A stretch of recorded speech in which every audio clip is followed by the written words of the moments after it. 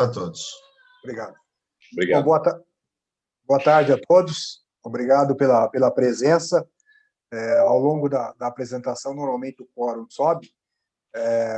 Eu queria agradecer especialmente aí ao Fábio Abreu Schettino, né, que o Fábio é o presidente da Hidrovias do Brasil. Antes disso, atuou também como CFO da Hidrovias. Também foi CFO da Amyris, do Brasil, da GE Transportation, da América Latina, atuou como superintendente financeiro da Acesita e diretor financeiro da CEPREV. Bastante aí, tem uma bagagem muito grande. Fábio, muito obrigado por estar aqui prestigiando o Instituto. E o Fábio vai falar um pouco para a gente sobre infraestrutura. E fiquem à vontade a todos para interagir. Aqui um grupo é pequeno. Eu queria agradecer também a Daniele, né, a nossa Dani Schettini, que é a nossa vice-presidente de Relações Institucionais. Obrigado, Dani, por ter convidado o Fábio. E fique à vontade também para conduzir e qualquer coisa nesse sentido. Também dá uma palavra, fique à vontade. Bom, Fábio, em casa, Fábio é um IBFiano de longa data, atua no IBF São Paulo, sempre esteve prestigiando esses eventos do IBF. E a palavra é sua. Muito obrigado, mais uma vez, pelo seu tempo aqui conosco. E vocês ficam à vontade para também interagirem, coisa nesse sentido. Obrigado. Augusto, obrigado a todos aí, obrigado pelo convite, né? Eu tô duplamente muito à vontade aqui, Augusto, porque, primeiro, igual você falou, o IBF, né? Eu fui um financeiro a minha carreira inteira, né? Eu fiz aí a coisa de um ano e meio, a transição aí para CEO, mas o meu background, ele é financeiro. Então, assim, conheço muito a casa, sou muito à vontade aqui, participei do IBF na minha trajetória toda em Belo Horizonte, mais recentemente em São Paulo, né? E a segunda razão é por estar aqui também com amigos aí. Estou vendo a Dani aqui, estou vendo aqui o senhor Walker Gevaux, que está se escondendo de mim ali, ó. Mas depois, se ele mostrar a cara, ele... Então, eu estou mais à vontade ainda de ter essa turma toda que é muito próxima ali, ó. O Walker está no carro, estou vendo ele ali, ó, dando tchau. Então, está explicado, né? O Augusto, eu vou, se vocês permitirem, eu queria falar rapidamente e usar a apresentação aqui sobre a Hidrovias, compartilhar minha tela, né? Para a gente contar um pouquinho da trajetória que a gente fez, porque esse negócio foi o segundo maior IPO do Brasil ano passado, e era um PowerPoint há 10 anos atrás. Eu estou aqui com uma comemoração aqui de 10 anos, ó, a companhia fez 10 anos no ano passado, e era uma ideia, né? Que era um PowerPoint e foi um IPO grande, né? A companhia foi avaliada em cerca de 6 bilhões de reais, um IPO de sucesso que nós fizemos, e nós preparamos a companhia para esse IPO desde o primeiro dia dela, né?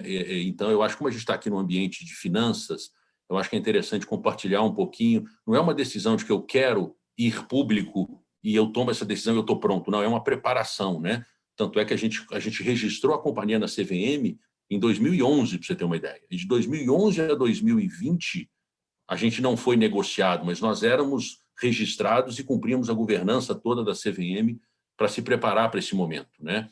Então, vou contar um pouquinho dessa história. Deixa eu compartilhar minha tela aqui, aí vocês me digam, por favor, se vocês estão vendo. Deixa só um minutinho aqui, se vocês veem minha tela, por favor. Deixa eu colocar no modo apresentação aqui. Sim, estamos vendo. Está vendo a tela? Okay. Uhum. Bom, então, nós vamos falar um pouquinho sobre a Hidrovias do Brasil, que é uma iniciativa, como eu comentei, né, um projeto Greenfield, um projeto que não nasceu por aquisição, ele nasceu, na verdade, de uma concepção, de uma tese de investimento, de investir em hidrovias no Brasil. E aí, a primeira pergunta, e eu estou falando de 10, quase 11 anos atrás, é por que hidrovias no Brasil, né? E um tema nos intrigou muito, porque sempre soubemos que não havia forma mais eficiente, tá, ambientalmente amigável e socialmente responsável de transportar granel sólido e granel líquido do que hidrovia, né? E o Brasil tem a maior bacia hidrográfica do mundo. Então, quando a gente olhava essa situação, né, e a gente percebeu que menos de 5%, né, da matriz de transporte estava representada por hidrovia, a gente falou, pô, tem alguma coisa errada aqui. Tem alguma oportunidade que não está sendo capturada. O Brasil tem hidrovia, né, uma das maiores bacias hidrográficas do mundo, né? O Brasil tem commodity, porque não há nada tão eficiente para transportar grandes volumes em grandes distâncias e produtos de baixo valor agregado, que é a commodity, do que o modal hidroviário, né? Um comboio nosso, ele substitui de uma só vez 1.500 a 1.600 caminhões na estrada. Então, daí vocês têm uma ideia da competitividade desse modal, né? E, de fato, quando a gente olha sobre a eficiência, né, como eu comentei, né, ele, quando se compara com o caminhão, é menos eficiente do que o trem, que é menos eficiente que a hidrovia. Então, a hidrovia, um comboio hidroviário, né, que a gente fala de um empurrador empurrando barcaças, equivalentes aí a 1.500 caminhões de carga, né, sendo empurrados por basicamente um motor diesel e uma tripulação, é realmente muito eficiente, né? Agora, não só a questão de eficiência, mas a questão também de ser um modal mais limpo, né? Ou seja, do ponto de vista de consumo de combustível, ele é 10 vezes menos poluente e consome menos combustível do que o caminhão, e ele é 40% a menos do que a ferrovia, que já é muito mais eficiente que a rodovia. Do ponto de vista de emissão de particulado e monóxido de carbono, de novo, mais de 10 vezes mais limpo do que o caminhão e 40% mais limpo que uma composição ferroviária. Então, nós nos deparamos com essa situação, e aí a pergunta que veio é, mas por que, então, que o Brasil não se desenvolveu nessa indústria? Assim como países adiantados, que têm na sua matriz uma representatividade muito maior da hidrovia, comparado à ferrovia e comparado à rodovia. E a resposta ficou muito clara, muito rápido para a gente. Na verdade, a barreira de entrada desse negócio não está na capacidade de navegar. Essa é relativamente aberta, ou seja, qualquer pessoa que quiser comprar um barco e comprar barcaça, desde que ele tenha um ativo qualificado e contrate uma tripulação, ele vai botar para navegar. Qual foi o pulo do gato aqui? Por que esse negócio não se desenvolveu? Tá? Porque faltou infraestrutura de carga e descarga para ser ligado pela hidrovias. Ou seja, não adianta nada colocar ativo de navegação, ou seja, você navegar se você carrega no que a gente chama de barranca de rio. Não dá para ter escala. Você precisa de terminal de transbordo para fazer o transbordo multimodal do caminhão para hidrovias, que te leva até um porto de exportação. Então, aí nasceu a concepção da companhia, ou seja, de que nós não nascemos para ser o caminhão do rio, eu costumo dizer. A gente nasceu para ser um provedor de logística integrado, ou seja, eu faço o transbordo, eu faço a navegação e eu faço a exportação. E quando você oferece esse serviço, né, de logística integrada e não simplesmente ser um transportista, você muda totalmente a regra do jogo. Tá? Então, foi isso que nós fizemos. Quando a gente olhou para o Brasil na época, o Brasil fazia 4 milhões de toneladas por hidrovia, e a gente foi dar uma olhada para o rio Mississippi. Tá? Aí o Mississippi fazia 700 milhões de toneladas, ou seja, absurdo o potencial, né, não capturado num país que tem uma bacia hidrográfica muito mais extensa do que o próprio Mississippi, e a bacia do Missouri e do Mississippi nos Estados Unidos, ou do Rio Amarelo na China, ou do próprio Nilo na África, ou seja, como que a hidrovia ela não era desenvolvida? E, de novo, veio a resposta, porque não tinha infraestrutura de carga e descarga. Ou seja, você tem o meio, mas você não tinha as pontas. Né? Se o caminhão chega na barranca do rio, ele não carrega. Se você chega com um comboio na barranca do rio, você não exporta. E a gente, obviamente, então, concebeu, né, um sistema integrado. Então, a primeira mensagem aqui é da integração, né, que eu comentei. Nós não somos aí simplesmente um transportista, a gente é um provedor de soluções logísticas integrada. E quando eu recebo um caminhão no meu terminal de transbordo no sul do Pará, o cliente só vê o produto dele dentro do porão do navio 1.200 caminhões depois. Eu tombo o caminhão, eu faço a armazenagem, eu faço a navegação, eu faço depois a armazenagem no porto de exportação e a expedição para navio. Então, isso foi uma mudança fundamental. Né? Nós elencamos, no início da companhia, basicamente 2 grandes corredores hidroviários para explorar. Esse é um negócio de capital intensivo, tá? E do ponto de vista societário, Augusto, isso nasceu como uma iniciativa do Pátria. O Pátria é um fundo de private equity, é o maior hoje private equity focado em infraestrutura da América do Sul. A Pátria gere hoje cerca de 16 a 17 bilhões de dólares de ativo, e essa foi uma iniciativa do Pátria, tá? Mas muito cedo nós já batemos no teto do fundo e aí nós trouxemos qual investimento. Então, muito cedo na companhia, veio a província de Alberta, do Canadá, como sócia, e veio o Fundo Soberano de Singapura, a Temasek, que são 2 investidores institucionais muito grandes. Em 2015, a gente cresceu mais ainda e nós fizemos uma colocação privada de capital, um private placement, e aí nós trouxemos o Banco Mundial como sócio, o BNDES e a Blackstone, que é um dos grandes private equities americanos. Essa foi a composição acionária que controlou a companhia até setembro do ano passado, quando fizemos o IPO. Esse bloco de controle vendeu 52% da companhia, inclusive vendeu o controle, e hoje a companhia não é mais gerida pelo seu acordo de acionistas, e sim pelo estatuto, por representatividade do sócio. Então, a gente tem hoje, né, um que a gente chama de free float, para nós financeiros é um termo comum, né? A gente tem lá uma base negociada de cerca de 52% da companhia, 48% ainda estão na mão dos acionistas originais, mas eles não mais controlam a companhia. A companhia é gerida pelo seu estatuto com a gestão, né, com management independente, profissional. Né? Da minha posição até toda a companhia, nenhuma delas é mais ligada aos acionistas, nós somos todos gestores profissionais. Então, voltando aqui ao slide, Augusto, nós elencamos 2 principais corredores logísticos para a gente explorar, que eram os mais óbvios, os maiores, de maior escala. A Bacia Amazônica, que a gente chama de Corredor Norte, tá? E a hidrovia Paraguai-Paraná, que é o que nós estamos vendo na vertical aqui no sul, que toca Bolívia, Paraguai, Brasil, Uruguai e Argentina. Essa já é uma hidrovia mais consolidada. Tá? Então, nós começamos o nosso negócio pelo Corredor Norte. Né? E, basicamente, o que nós fizemos aqui é perceber o seguinte: a maior fronteira agrícola do mundo hoje é o Mato Grosso. O Mato Grosso é o principal celeiro agrícola do mundo hoje. Nada é tão pujante, nada cresce tanto quanto o Mato Grosso. O crescimento da fronteira agrícola do Mato Grosso, ele se dava do sul do Mato Grosso para o norte. Porque o escoamento natural que se fazia até um tempo atrás era por Santos, por Paranaguá e por Rio Grande. Ou seja, quanto mais para o norte essa fronteira agrícola se deslocava, menos competitiva ela ficava para sair pelos portos do Sudeste, simplesmente porque ficava mais longe. E a perna de caminhão para chegar até a ferrovia ficava mais longe. Tá? Então, o que nós pensamos? Por mais óbvio que seja, gente, se eu achar uma solução logística integrada para o norte, quanto mais para o norte você for, mais barato vai ficar. E ao invés de você limitar o crescimento da fronteira agrícola para o norte, você vai estimular o crescimento da fronteira agrícola para o norte. E foi exatamente isso que nós fizemos. Então, o que nós fizemos? Nós construímos um transbordo de carga no Rio Tapajós. Tá? Se a gente pegar essa linha laranja no meio do Mato Grosso, é o paralelo 16. Tudo que tem daí para cima deveria ter uma vocação natural de ser escoado pelo norte do Brasil. Tudo que está do paralelo 16 para baixo deveria ter uma vocação natural de sair por Santos. Tá? No sul, via ferrovia, e no norte, via hidrovia, aproveitando ali todo o potencial hidroviário que tem a Bacia Amazônica. E assim nós fizemos.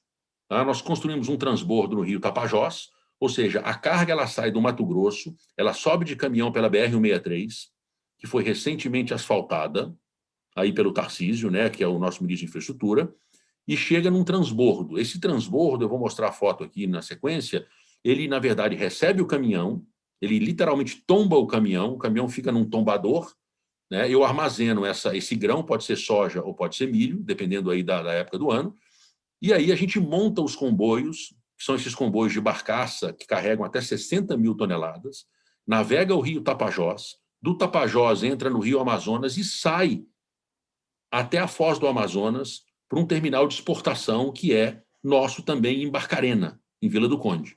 Tá? Então, esse é o que a gente chama de Sistema Norte. A gente começou a companhia com grandes clientes. O principal cliente que toma metade dessa capacidade produtiva aí é a COFCO, que é a trade estatal chinesa.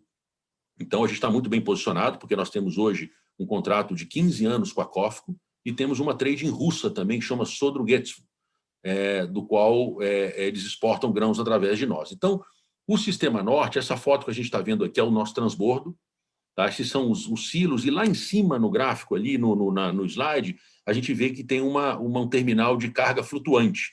É ali que as barcaças entram, é como se fosse uma garagem flutuante, e você vê que tem uma correia transportadora que leva dos silos até lá, e a gente enche as barcaças. Tá?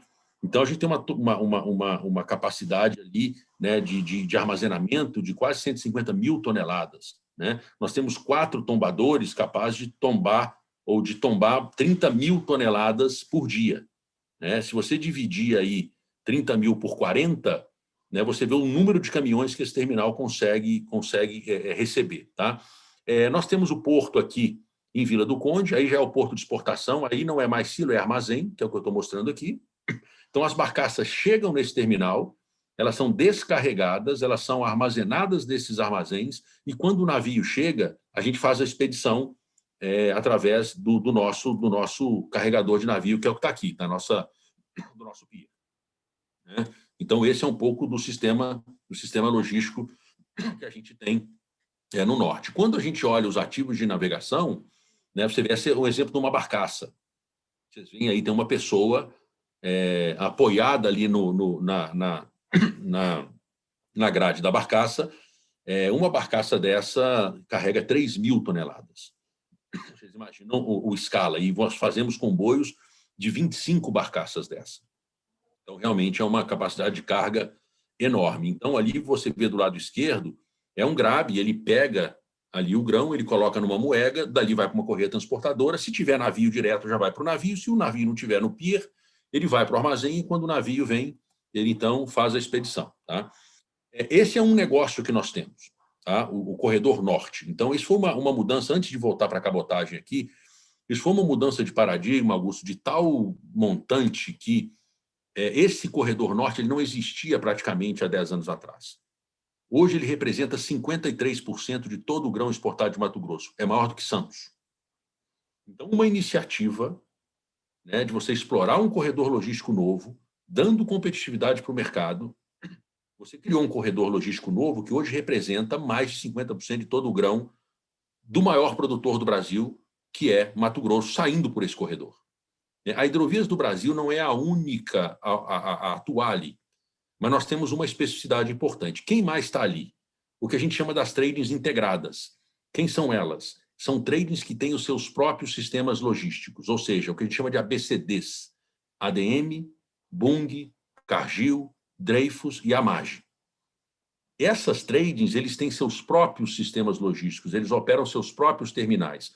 Se você não fosse uma trade integrada, você não conseguia operar nesse mercado. O que a Hidrovias fez? Nós entramos nesse mercado como um provedor de serviço, oferecendo capacidade para aquelas tradings que estavam fora desse mercado, porque não tinha na sua estratégia botar bilhões de reais em terminais logísticos.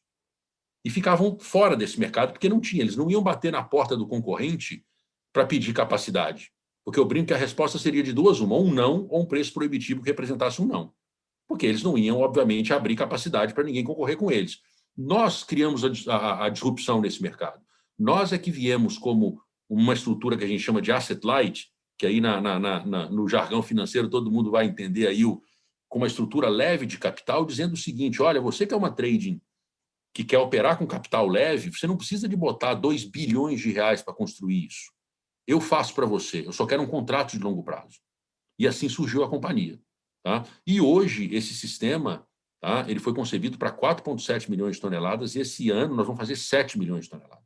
E nós estamos batendo na capacidade plena. Então, a gente já vai trabalhar a expansão dele. Um ponto interessante para comentar sobre o Arco Norte aqui, já que a gente está no fórum,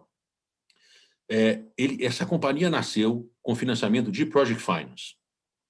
Né? E aí eu acho que o papel do CFO no sucesso desse negócio foi absolutamente fundamental, porque desde a negociação dos contratos comerciais, o CFO teve que estar presente, porque ele tinha que garantir que esses contratos, que a gente chama de bankable, né? Esses contratos tinham que ser financiáveis. Então, o papel do CFO para garantir, né, que esses contratos eram contratos robustos e que seriam dados em garantias em estrutura de Project Finance, nós levantamos mais de R$1 bilhão em dívida para esse sistema. E o principal lastro foram os contratos comerciais, os take-or-pays, que a gente recebeu. Né?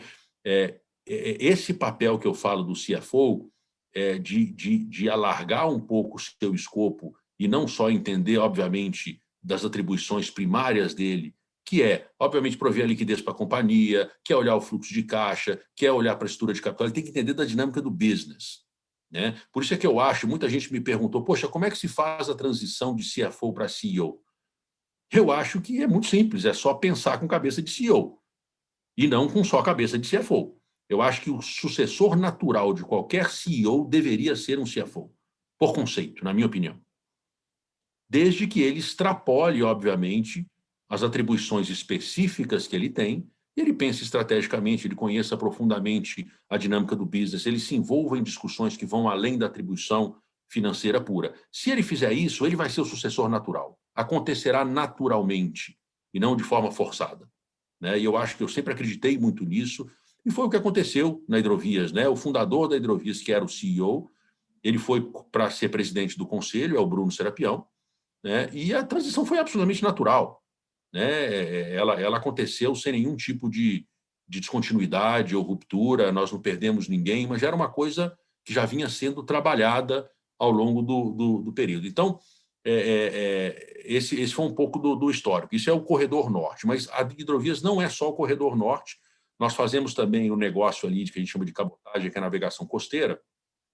Nós temos 2 navios graneleiros muito grandes, aí não são empurradores de barcaça, são navios oceânicos que pega a bauxita lá do lado esquerdo, ali, ó, no oeste do estado do Pará, em Porto Trombetas, e leva essa bauxita, e aí ele não passa pelos rios, ele vai por fora da ilha de Marajó. Aqui é navegação aberta, oceânica, por isso são navios, tá? E leva essa bauxita para Alu Norte, que é uma refinaria de alumina. Nós temos um contrato de 25 anos com a Alu Norte, que é controlada pela Norsk Hydro, que é uma empresa norueguesa. Tá? Então, nós temos 2 navios que foram feitos para essa rota. Tá? Normalmente, o que nós, o nosso modelo de negócio? Normalmente, Augusto, nós gostamos de problemas logísticos, tá? E aí nós bolamos uma solução que seja mais eficiente para o cliente, e aí ele se encanta com aquilo e ele nos dá um contrato. É tão simples quanto isso. Então, para levar essa mesma quantidade de bauxita, eles usavam 3 Panamax, que é o navio tipo padrão para passar no Canal do Panamá. Né? Como a gente não precisa de passar no Canal do Panamá, para que se limitar a um Panamax? O que nós fizemos? Nós compramos navios enormes, muito maiores que um Panamax. Né? Navios que um Panamax ele carregaria nessa rota, por causa de calado, por causa de profundidade de rio, né? Cerca como entre 50 e 55 mil toneladas. Os nossos navios carregam 90 mil toneladas. Eles são gigantescos, eles têm 40 metros de boca. Né? São navios estupidamente grandes. Por que eles são assim? Para eles flutuarem mais, para eles serem baixo calado. Então, o que nós fizemos? Nós substituímos ou oferecemos para o cliente abandonar 3 Panamax e substituir por 2 navios. Isso foi um ganho fenomenal para ele. E aí nós conseguimos um contrato de 25 anos. Então, assim nasceu esse negócio. Esse é um negócio aí que gera aí mais de 25 milhões de dólares de EBITDA por ano. Tá? E esse é um negócio ativo que nós temos também de cabotagem. A gente está de olho aí nessa BR do Mar, eu acho que vocês conhecem, né, a iniciativa do governo em fomentar a cabotagem no Brasil, porque nós também operamos em cabotagem. A gente faz alguma coisa mais de navegação costeira mesmo, às vezes levando minério da Vale para São Luís, eventualmente descendo com minério de São Luís até Vitória. A gente está capacitado para fazer isso. Né? E hoje nós transportamos aí mais de 6 milhões de toneladas de bauxita para o norte. Tá? O crescimento foi vigoroso. Quando a gente olha no corredor norte, a gente começou a operar, né, em 2016. 2016 nós começamos a operar no último trimestre, mas como se pode ver aí, deixa eu voltar aqui, nós atingimos um crescimento aí de quase 300 milhões de reais de EBITDA nesse corredor, mas principalmente com uma margem muito robusta, né? Assim, no nosso linguajar aí, ó, margem EBITDA, né? Ou seja, lucro operacional sobre receita líquida, quase 60%. Então, é um negócio... Agora, tem que ser assim, viu, Augusto? Porque isso é capital intensivo. Ou seja, você tem que remunerar uma tonelada de dinheiro aqui. Né? Nós colocamos nessa companhia, os sócios colocaram nessa companhia cerca de 1,5 bilhão de dólares de investimento. Então, tem que ter EBITDA para voltar ao capital. Então, a lógica aqui ela é mais de ROI que de ROIC, né? No nosso linguajar aqui, de Return on Equity, de Return on Invested Capital, do que, obviamente, uma lógica de simplesmente olhar para o EBITDA em forma absoluta, porque tem que remunerar, porque tem muito dinheiro, é capital intensivo. Isso aqui é ativo, é pesado em ativo. A gente faz com que o nosso cliente seja leve em ativos, que a gente chama de asset light, para a gente ser heavy on assets. Nós somos pesado em ativo. Esse é o nosso business. Né? Então, por isso, eu preciso de uma margem de EBITDA muito robusta, porque tem que remunerar um capital muito intensivo. Tá? Esse é o corredor norte, incluindo ali a cabotagem que eu comentei. Mas nós não estamos limitados só ao corredor norte. Nós temos toda uma linha de negócio que ela é dolarizada e que ela está embaixo de uma holding no Uruguai, chama-se Hidrovias del Sur, tá? Onde a gente faz basicamente 4 linhas de negócio. Tá? Nós fazemos minério de ferro de Corumbá até a Bacia do Prata para Vale. Então, hoje, praticamente todo o minério da Vale, escoado da mina de Corumbá, é feito por nós e com um contrato de 25 anos com a Vale. Nós transportamos grãos da região de Assunção, no Paraguai, até os portos de exportação no Uruguai. Nós fazemos celulose no Rio Uruguai, né, de uma cidade chamada Fray Bentos até Nueva Palmira. A gente tem uma empresa de celulose ali, e nós temos uma concessão, uma joint venture de concessão para o terminal de granel sólido em Montevidéu. Tá? Então, quem já foi em Montevidéu e chega naqueles cruzeiros, o nosso porto é exatamente onde chegam os barcos de cruzeiro marítimo ali, dentro da cidade de Montevidéu. A gente tem até 2 milhões de toneladas de capacidade aí no sul. Esse negócio ele é 100% dolarizado. Tá? E aí, puxando a sardinha um pouquinho para a brasa do financeiro aqui, é muito importante, sempre foi, ter diversificação de moeda nessa companhia. Né? Então, nós temos hoje quase 60% do nosso EBITDA em dólar vindo deste corredor. O nosso negócio da bauxita no norte é dolarizado também. Tá? Mas por que eu estou dizendo isso? Porque isso me permite hoje, né, nós nascemos com Project Finance, eu comentei com vocês, mas em 2017, nós, como a companhia já estava com uma geração de caixa robusta, nós transicionamos de Project Finance para Corporate Finance. Tá? Porque ficou mais barato. Então, nós emitimos um bond internacional nos Estados Unidos e na Europa e nós pré-pagamos o Project Finance. E eu não rediei. Eu não precisei de rediar essa dívida com instrumento financeiro que custaria muito dinheiro. Por quê? Porque eu tenho fluxo de caixa em dólar. Então, nós deixamos a dívida exposta em dólar porque nós estávamos rediados do ponto de vista de fluxo de caixa, porque 60% do meu EBITDA, que é mais do que suficiente para arcar com o serviço dessa dívida, vem deste P&L aqui, tá? Que é dolarizado. Então, isso, obviamente, traz volatilidade para o balanço? Traz, mas não é caixa. Porque eu tenho só uma torre de amortização em 2031. Então, não me importa se o dólar está alto ou baixo, importa que eu gero aquela quantidade de dólares para pagar aquela dívida. Então, e aí a discussão que o financeiro se envolveu muito, e foi fundamental, poxa, eu quero fazer hedge financeiro só para rediar balanço para efeito não caixa? A nossa discussão foi não. Eu não vou impor ao resultado um custo, um ônus financeiro só para proteger de oscilação de variação cambial, que não é caixa, porque eu não amortizo. A dívida é bullet. Ela só tem um vencimento lá em 2031. Então, quando eu falo do papel do CFO, é fundamental você conseguir convencer o conselho de administração que você vai deixar 600 milhões de dólares sem fazer hedge financeiro, mas porque você tem um hedge de caixa. E que você aperta o cinto de segurança e que, se seu balanço flutuar, ele vai flutuar por variação monetária não caixa. Né? Eu sempre aprendi um negócio desde cedo na minha carreira como financeiro, gente. Problemas de balanço são cânceres, te matam no longo prazo. Caixa é um ataque cardíaco, ele te mata na hora. Né? E o primeiro livro de finanças que eu li foi o livro de valuation da McKinsey, capítulo 3, chama Cash is King. Caixa é o rei. Eu já vi muita empresa morrendo pelo caixa. Né? Então, se eu não tenho uma ameaça, né, de problema de liquidez e eu tenho um hedge natural de caixa, na época, esse hedge custaria para a gente, só para proteger balanço de variação cambial não caixa, 120 milhões de dólares. Era muito dinheiro para proteger de volatilidade não caixa no balanço. A recomendação foi: não façam isso. Né? E, de novo, o balanço ele fica volátil. Né? A companhia gerou um baita EBITDA no passado e deu um baita prejuízo. Esse prejuízo não é caixa. Entre nós aqui, se você for olhar para a valuation, funcionou até como um tax shield, funcionou até como um planejamento tributário. E aí o Augusto, como ex-KPMG, sabe que eu não tive um efeito caixa, eu tive um prejuízo, não gerei base, né? E o caixa está dentro da empresa. Então, né? E, de novo, faz parte ali da contribuição que o financeiro dá para a estratégia da companhia. Tá? Bom, seguindo aqui adiante, né? Então, isso aqui é um empurrador. Tá? Essa foto que vocês estão vendo. Esse barco ele é um barco único no mundo. Outra estratégia que nós adotamos de forma muito clara foi, normalmente, quem operava com hidrovia na América do Sul ia até o Mississippi e comprava barco no Mississippi velho, usado, porque era barato. A gente falou, não vamos fazer isso. Nós vamos trazer o que há de mais moderno no mundo para botar para operar.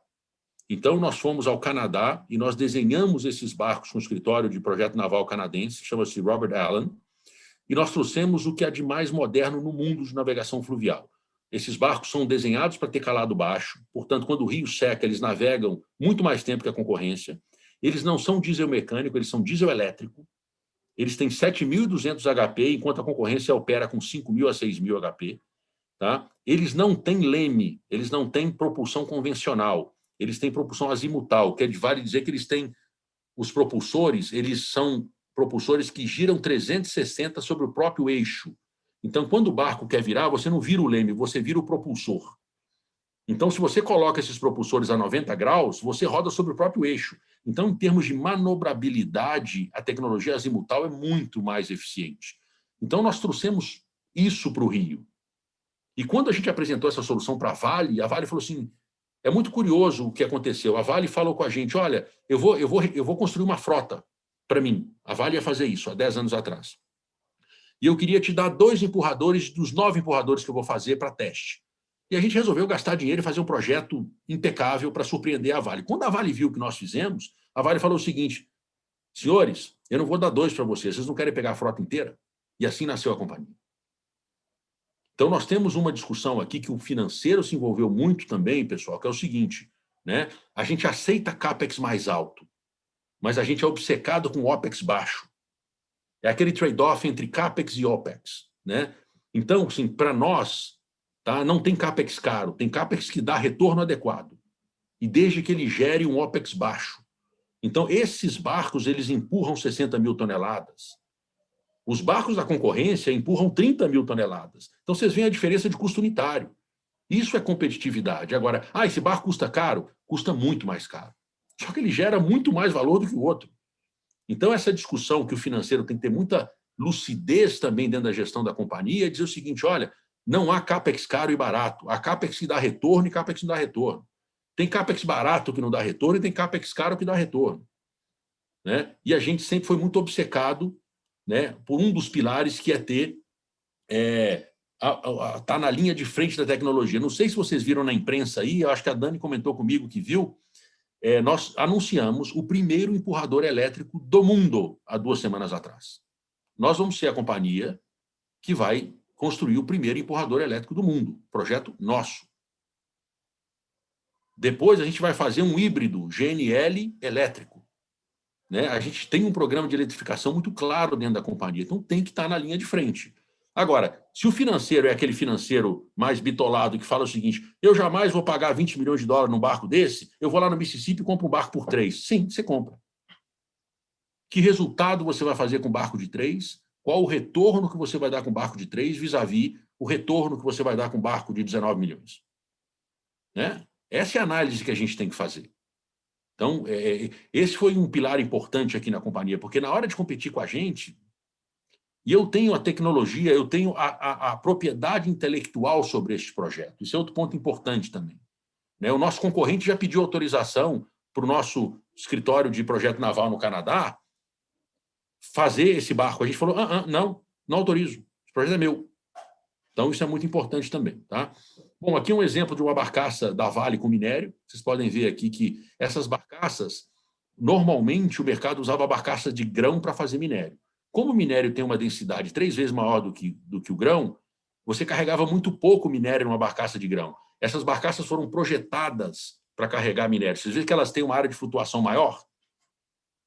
Então, essas barcaças foram projetadas para levar minério para a Vale. Elas foram feitas exatamente para essa utilização. E não ir lá no Mississippi, comprar a barcaça usada e botar para operar. Tá? E fora isso que eu comentei, a gente faz celulose. Aqui são os fardos de celulose que a gente transporta no Rio Uruguai. Né? Aqui é o nosso terminal de Montevidéu, que eu comentei, dentro da cidade de Montevidéu. Tá? Nós temos aí 2,5 milhões de toneladas de capacidade. Tá? E aí a gente mostra aqui um pouquinho do EBITDA do Corredor Sul, também um crescimento forte em dólar, tá?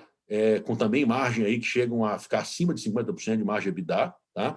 E, por último, a gente fala um pouquinho do projeto mais recente nosso. Nós ganhamos a concessão de 25 anos no terminal de fertilizantes e sal em Santos. Então, ano passado, a gente ganhou esse leilão e a gente começou a operar a partir do ano passado. O terminal vai parar a operação agora, a gente vai fazer os investimentos de modernização conforme o edital. 2022, a gente volta a operar, mas é exatamente esse terminal aqui que vocês estão vendo, onde o navio está atracado aqui. Tá? Então, esse terminal é o nosso terminal. Na verdade, o nosso terminal é o terminal lá de cima, que esse aqui é de container, que vocês estão vendo embaixo. Vocês estão vendo 3 armazéns, o nosso é o mais de cima lá, tá? Onde tem aquele navio branco ali no terminal de cima, a gente está operando Santos. Tá? Quando a gente olha, então, e adicional a Santos, tá? Nós estamos aqui com um projeto muito interessante de revisão de logística de sal, né, do Rio Grande do Norte. O Brasil é um grande produtor de sal marinho, o Rio Grande do Norte é um dos lugares mais adequados ali, eu não sabia, mas se você tem uma combinação entre solo impermeável, insolação e vento, você tem um lugar perfeito para produzir sal marinho. O Rio Grande do Norte tem isso, né? Um dos melhores lugares do mundo. E esse sal era levado de caminhão para São Paulo, que é o principal mercado consumidor. Né? E o que nós fizemos, na verdade? Nós vamos levar esse sal via cabotagem até o nosso terminal de Santos. Então, esse é o tipo de coisa que a gente gosta de fazer. A gente está revendo a logística de sal para tornar o sal mais competitivo, inclusive do que o sal chileno. Porque o Brasil hoje não compete muito com o sal chileno, porque sal é de baixo valor agregado e grande parte do valor gerado na produção ele é destruído na logística. Porque o sal sai de caminhão em 40 toneladas, igual uma formiguinha, para descer 2.000 quilômetros para São Paulo. Não faz sentido. Você tem que encher um caminhão um navio com 70 mil toneladas de sal e levar para Santos. Isso muda completamente a regra do jogo. Né? E aqui um pouquinho, então, do nosso histórico de geração de caixa operacional atualizado. Né? Nós começamos do zero e chegamos aí o ano passado em 640 milhões de EBITDA e demos um guidance para o mercado semana passada de que vamos fazer de 800 a 840 milhões esse ano. Então, a gente cresce ainda bastante, a companhia continua crescendo, né? E a gente deu esses guidance aí.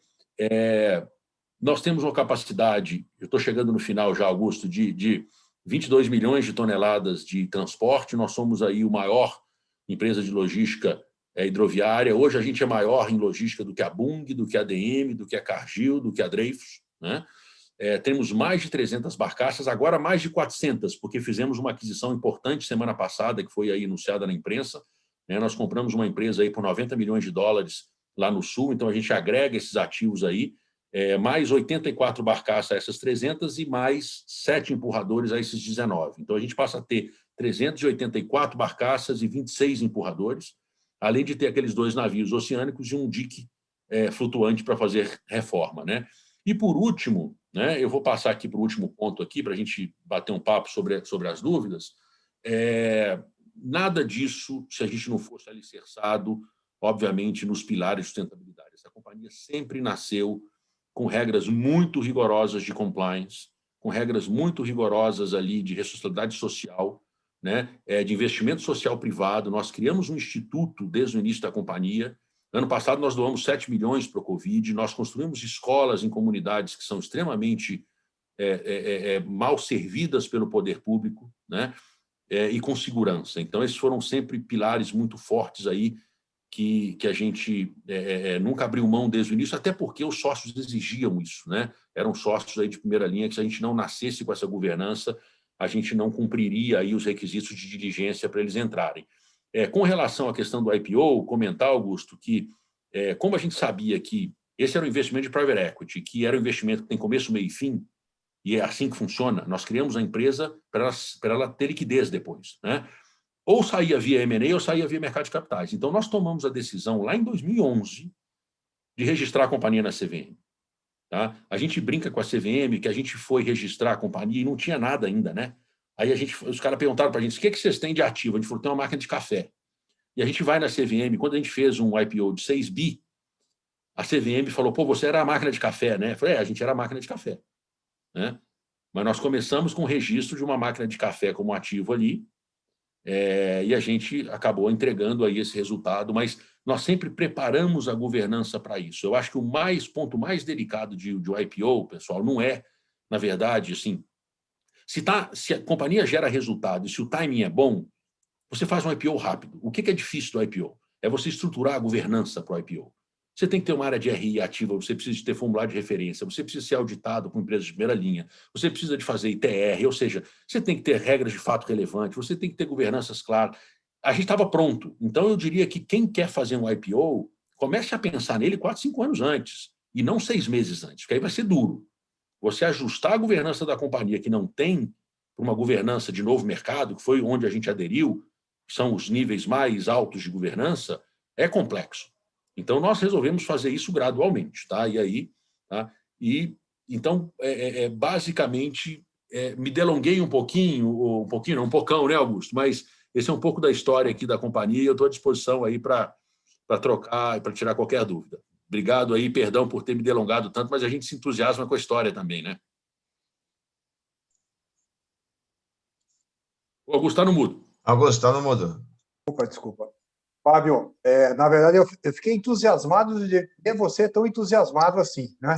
Rapaz, essa aula aí de logística, de hidrovias, né? Que é de uma visão, pelo menos a visão que nós temos é um pouco limitada de hidrovias. A gente vê lá no Rio Tietê, acha que aquelas barcaças, acha que é só aquilo. Eu não imaginava isso. Mas, olha, parabéns aí pela aula que nos deu. Eu tenho uma dúvida aqui, não é dúvida, mais um esclarecimento. Eu sempre tenho ouvido falar, e nas discussões que tenho tido, que o frete rodoviário está baixo pelo próprio excesso de caminhões que temos no Brasil e tudo mais.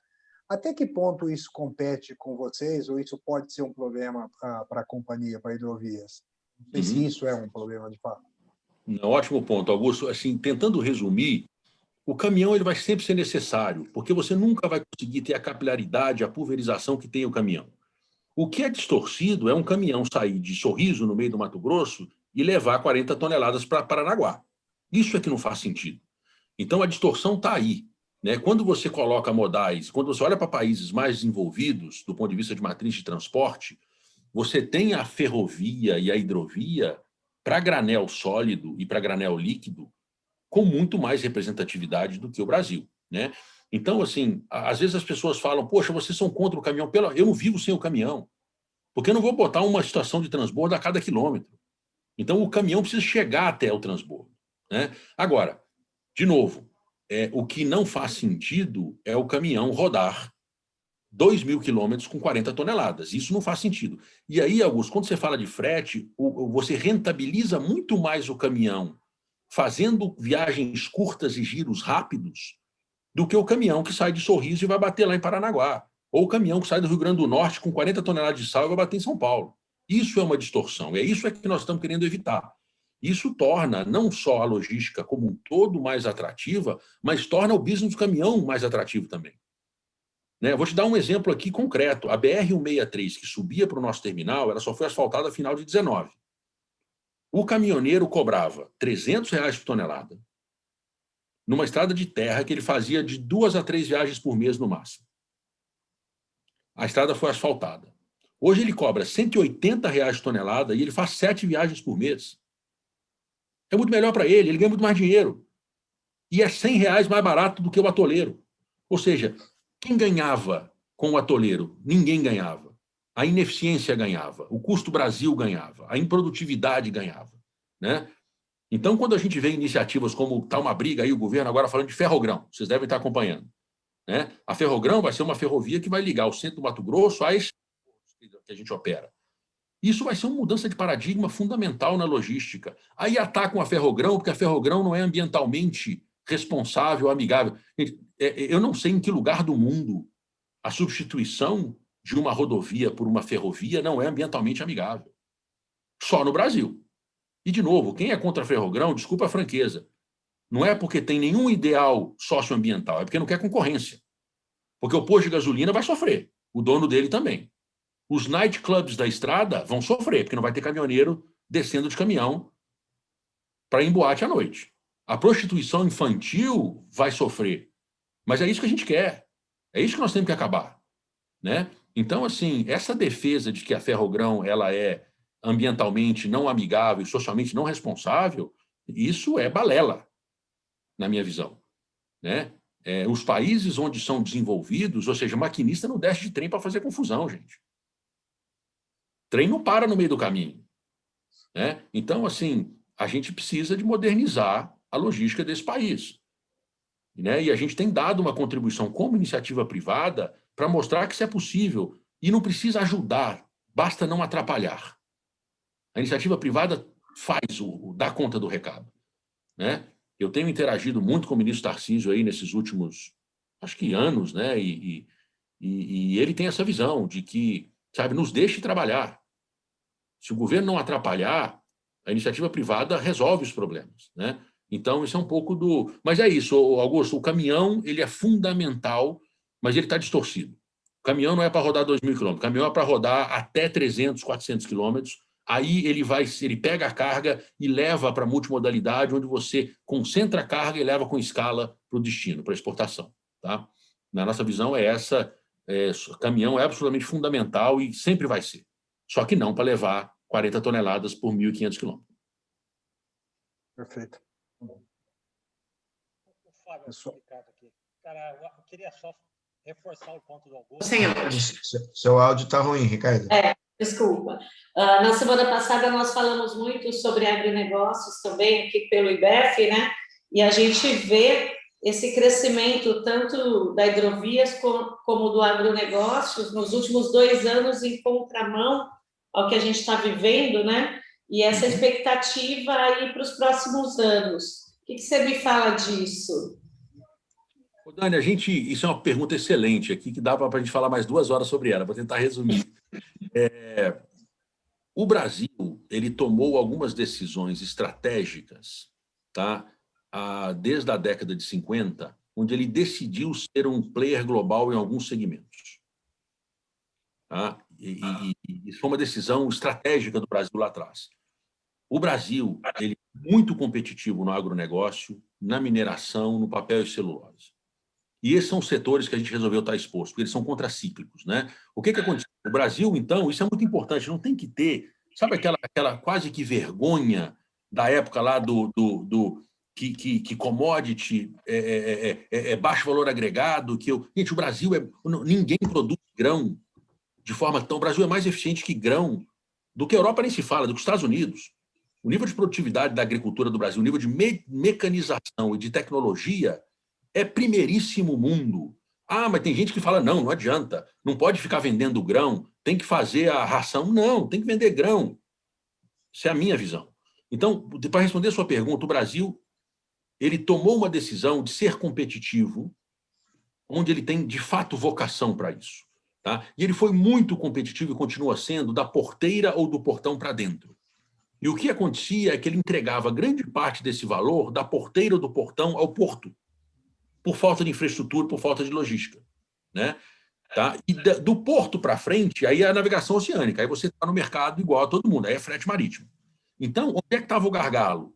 O gargalo está da porteira ao porto, porque da porteira para dentro, ou do portão para dentro, para a mineração, o Brasil tem a maior mineradora, a maior exportadora de minério, com o menor custo caixa do mundo, chama-se Vale.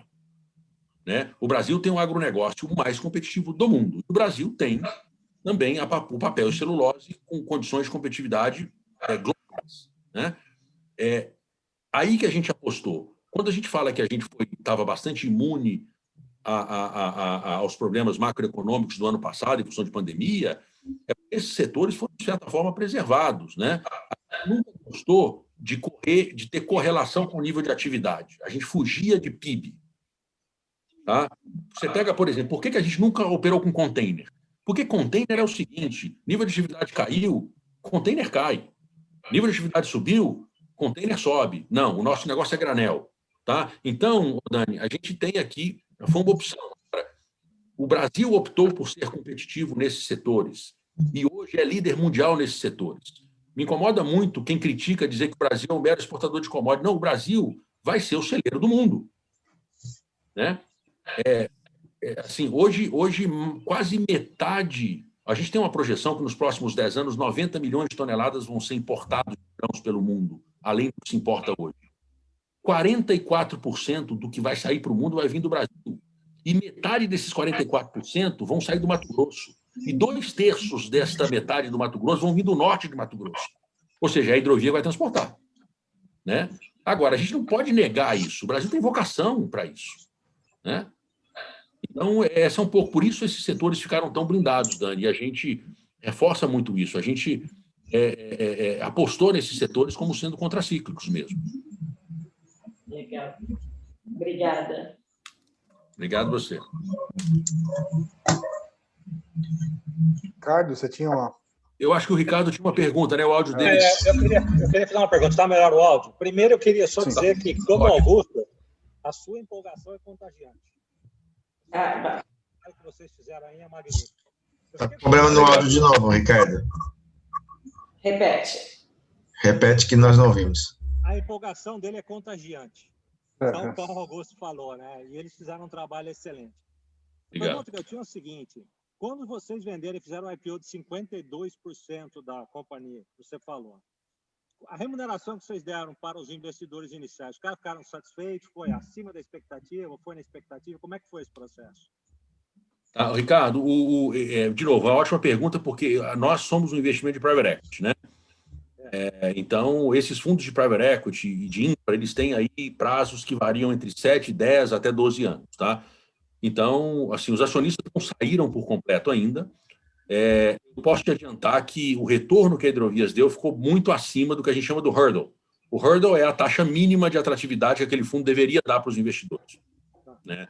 Então, assim, o IPO na precificação que a gente fez, que foi, né, um valor aí de 7,56 reais por ação, né, que representa de 6 bi, 5 bi 750 para ser mais preciso, remunerou muitíssimo bem os acionistas que, por sinal, botaram dinheiro no negócio com risco também compatível com esse retorno, né? Porque você tinha ali uma ideia, você tinha o risco de execução, você tinha o risco de desenvolvimento, o risco de execução de CAPEX, é diferente, ou seja, vocês conhecem muito bem aí a máxima, sendo redundante, a máxima do mercado financeiro, que é risco e retorno, né? Private equity não é renda fixa, então deveria, obviamente, requerer um retorno muito mais alto, tá? Mas, assim, sem dúvida nenhuma, Ricardo, o IPO remunerou bastante além do hurdle do fundo. Mas esses acionistas ainda têm que sair, né? Eles ainda têm 48% da companhia, tá? Legal. Legal. Pessoal, mais alguma questão? Alguma pergunta? Tem uma colocação da Ana Augusto, que ela achou uma aula e agradece o Fábio por dividir tamanho conhecimento conosco. Eu que agradeço vocês, é um prazer. Obrigada, viu, Fábio? Aprendi bastante. Não, é um prazer. Eu falei, vindo da Dani aí, ó, e tendo nosso amigo Walker ali, que não sei se já bateu o carro, não bateu não, tá ali, ó. Eu parei aqui porque tem um sinal melhor, né? E eu queria fazer uma pergunta, pode ser? Bom, antes de uma pergunta, lógico, cada conversa com o Fábio é uma aula recebida, então, muito obrigado novamente aí por tantas informações importantes, né, que nós tivemos. Ele fala tão facilmente, né, ele conta uma história tão simples, que tem um impacto tão grande, né, quando você pensa em nação, né, você pensa o impacto que essa ideia, né, que esse PowerPoint, né, tem gerado e vai gerar cada vez mais na economia brasileira, né, e na representatividade do Brasil em relação ao mundo. É fantástico, né? Então, eu posso dizer a vocês que o Walker acompanhou isso do início. Ele conhece muito as entrelinhas dela, né, Walker? É isso aí. Não tem dúvida. E é um grande orgulho para a gente ver isso acontecendo, enfim. E toda vez que eu converso com o Fábio, eu tenho aulas que certamente eu não teria em lugar nenhum, né? Então, é um prazer enorme estar participando disso daqui novamente. Obrigado. A pergunta que eu queria fazer, Fábio, bom, vocês realizaram 52% do negócio, né? Né? E esses 48% com esses sócios, qual é a estratégia de saída deles? Eles vão permanecer por mais... Porque é o que você falou, né? Tem um tempo de saída, né? Eles precisam se remunerar para também buscar novos negócios. E qual é a estratégia que vocês estão imaginando de saída dessa turma dos 48%? O Walker, a gente, assim, depende caso a caso, porque nem todos os fundos têm o mesmo prazo de maturação dos investimentos. Mas vamos assumir que todos eles ali têm mais ou menos de 10 a 12 anos, então, como a companhia tem 11, você tem que devolver o dinheiro. De novo, esses private equities, eles são gestores de recursos, eles gerem recursos de terceiros, né? E que entregam o capital, confiando numa competência de gestão para você, obviamente, criar uma empresa e depois monetizar essa empresa. O grande passo que eu acho que seria mais complexo, que chama-se venda de controle, eles passaram, né? Porque às vezes você faz um IPO sem venda de controle e aí fica o que a gente chama de hangover, né? Ou na verdade, overhang é a palavra correta, que é o que o mercado usa para dizer o seguinte: poxa, mas será que essa companhia ela vai bem sem os controladores, mesmo estando... Quando esse pessoal sair... A gente não, a gente optou, os acionistas optaram por já resolver essa questão do overhang no IPO. Tá? Então, agora, eu acho, Walker, que é basicamente um balanceamento de uma equação com duas variáveis. A primeira delas é quanto está o papel. Porque se o papel está numa tendência de alta, a turma segura e vai saindo à medida, em tese, com um preço médio maior. O que deveria ser o lógico? Tá? Eles esperarem o papel andar e saírem com preço médio melhor do que o do IPO. Tá? Esse é o primeiro ponto. O segundo ponto, que é muito importante no IPO também, chama-se liquidez. Porque não adianta nada você ter, por exemplo, um preço médio da ação alto, se para sair do papel você vai demorar 2 meses, porque o papel trade 10 milhões por dia e o cara tem 300 milhões de reais. Você vai demorar um século para sair. Então, o que nós estamos fazendo hoje, eu acabei de sair de uma conferência, por exemplo, do Santander, porque eu tenho que trazer a base de acionistas mais pulverizada possível para gerar liquidez, exatamente para permitir que aquele acionista que queira sair tenha liquidez para sair e não pressione o papel. Porque quando a liquidez é baixa e o cara precisa de muito tempo para sair, ele acaba derrubando o papel. Então, essa é uma equação bastante delicada para se balancear. Eu não acho que assim, a saída dos acionistas ela é natural, porque tem um prazo, mas eles não deveriam sair a qualquer custo, muito menos numa situação de formação de liquidez, para exatamente prejudicar a evolução do papel com pressão de venda. Tá? Mas eu acho que no futuro, tá? E, assim, alguns podem ficar, tem sinalização, Walker, de gente que quer vender no fundo A e, eventualmente, comprar de novo no fundo B, porque acredita tanto na companhia. Aí ele abre um novo contagem de 10 anos para frente. Talvez não num fundo de private equity mais, mas talvez num fundo já de investimento maduro, porque agora o retorno é mais previsível. Agora, ele não vai ter também aquele retorno absurdo que ele teve botando a ideia num PowerPoint e fazendo o IPO de 6 bi. Né? Mas, de novo, tudo é risco e retorno. Agora o risco é muito menor, a companhia está, obviamente, consolidada. Né? Então, eu acredito que o que nós fazemos aqui é preparar a companhia para que ela não dependa mais desses acionistas do ponto de vista de gestão. Hoje a companhia tem um management 100% profissional, né? Da minha posição até a última posição da companhia, nós somos profissionais, tá? E nós temos que aumentar a liquidez dessa companhia para permitir que os atuais que queiram sair, saiam e que venham novos acionistas nessa nova fase da companhia. Mas, no médio prazo, eu acredito que todos devam sair da posição, mas não precisam fazer de forma, eu acho que assim, precipitada, porque se fizessem ao mesmo tempo, prejudicariam muito o papel. Esse é um pouco do resumo. Prejudicariam eles também, né? A si próprios também, certo? Oi, Ricardo, não te ouvi, desculpa. Estou dizendo, eles também se prejudicariam, senhor. Sem dúvida nenhuma, é um tiro no pé, você tem toda a razão.